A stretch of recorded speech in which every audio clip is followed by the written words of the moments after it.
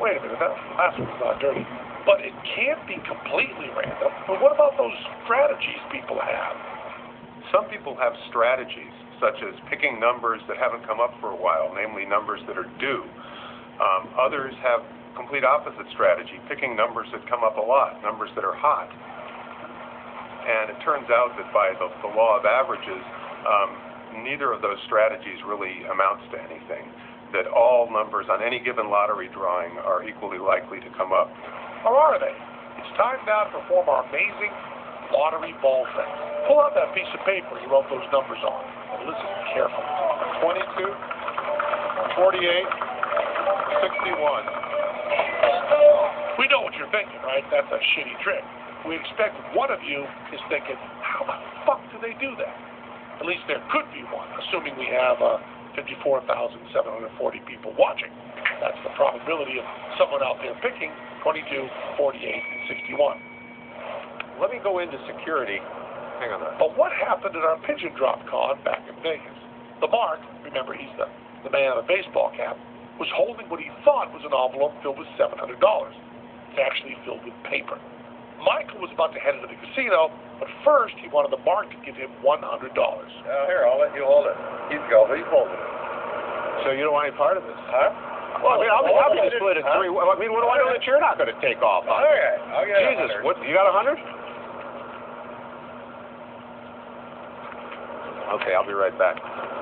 Now, and there it is. That man was just cheated out of an ass load of money. He was thinking 700 minus 100 is 600, instead of looking in the envelope. Though losing one Franklin is still a better deal than the Celine Dion tickets he bought. At least the pigeon drop didn't cost him 2 hours of his fucking life. The big hook is that the Mark thinks, okay, I'm giving this guy $100, but I'm standing here with an envelope filled with $800 or $1,000. So even if the guy that I gave the money to takes off, I've still got an envelope full of money. We ought to be approaching the numbers that we hear more critically. What we need to do is ask questions. Who produced the number? Why did they produce the number? How did they go about it? What did they count? And so on and so forth. Questions like that can help us think more critically about the numbers we hear. If anybody didn't figure out the opening trick, the numbers were honest. The words weren't.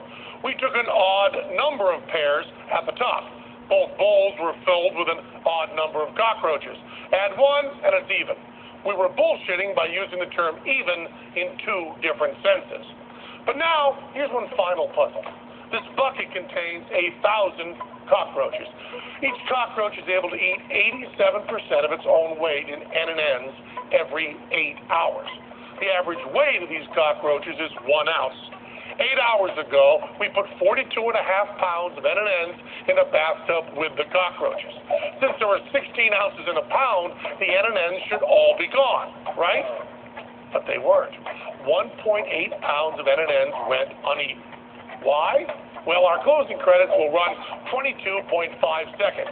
If you've understood this show, you can calculate the simple solution in that time. Ready? Go! The answer? We fucking lied. We don't know how much shit munching cockroaches weigh or eat or how long it takes. There aren't even 1,000 goddamn cockroaches in this bucket. And the closing credits don't even run 22.5 seconds. Numbers aren't bullshit. Bullshit is bullshit.